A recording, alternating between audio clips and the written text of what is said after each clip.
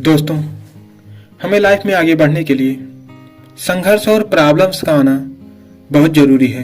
बिना संघर्ष और कठिनाइयों का सामना किए हुए हम निखर नहीं सकते। दोस्तों, आइए एक छोटी सी कहानी सुनाता हूँ। सभी पक्षी अपने बच्चों का पालन पोषण करते हैं, उन्हें चारा खिलाते हैं, उन्हें उड़ना सिखाते हैं, लेकिन बाज की कहानी कुछ अलग ही है।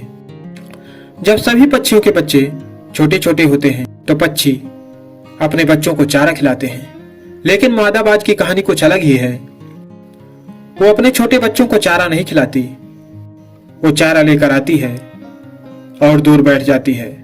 जब मादा बाज के बच्चे बहुत भूखे होते हैं तो वो चारा खाने के लिए मादा बाज तक पहुंचने का प्रयास करते हैं, और मादा बाज तक जाने में उन्हें चोट भी लग जाती है, खरोच भी आ जाता है, और वो चलकर पहुंचते हैं मादा बाज के पास, और तब उन्हें चारा खाने को मिलता है।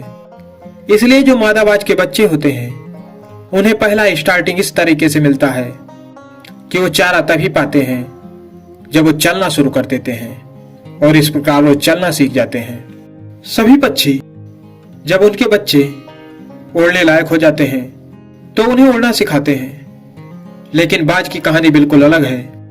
बाज अपने बच्चों को कुछ अलग ही तरीके से उड़ना सिखाता है। वो अपने बच्चों को अपने पंजों में दबोच लेता है और आसमान में 14-15 किलोमीटर की ऊंचाई पर ले जाकर छोड़ देता है। बाज के बच्चे गिरने लगते हैं, गिरते गिरते वो जमीन के अत्यधिक नजदीक आ जाते हैं। फिर उन्हें बाज अपने पंजों से पकड़ लेता है। कई बार तो बाज अपने बच्चों को जमीन के करीब ले जाकर छोड़ देता है, जिससे उन्हें बुरी तरह से चोट भी लगती है। बाज ये प्रक्रिया बार बार दोहराता है, अपने बच्चों को अपने पंजों में दबोचकर आसमान में काफी ऊंचाई पर ले जाकर छोड़ता है, और वो जब जमीन के नजदीक पहुंचते हैं तो उन्हें फिर पंजों से पकड़ लेता है। बाज ये प्रक्रिया तब तक दोहराता रहता है जब तक बाज के बच्चे उड़ना नहीं सीख जाते, और फाइनली एक सिचुएशन ऐसा आता है जब बाज के बच्चे ठीक तरीके से उड़ना सीख जाते हैं। तो ये रही बाज के बच्चों की कुछ संघर्ष में कहानी। बाज के बच्चों को शुरुआती दिनों से ही संघर्ष झेलना पड़ता है। चारा खाने के लिए उन्हें चलना पड़ता है, उड़ने के लिए उन्हें गिरना पड़ता है, लेकिन ये संघर्ष से पले बढ़े बाज के बच्चे कुछ अलग तरह से ही निखरते हैं।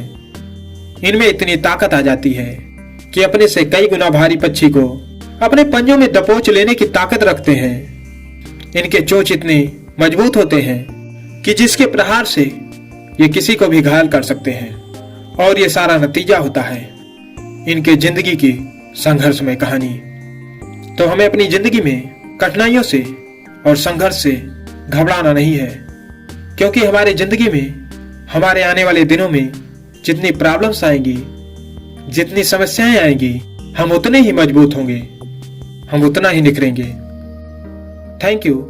मिलते हैं फिर नई मोटिवेशनल वीडियो में।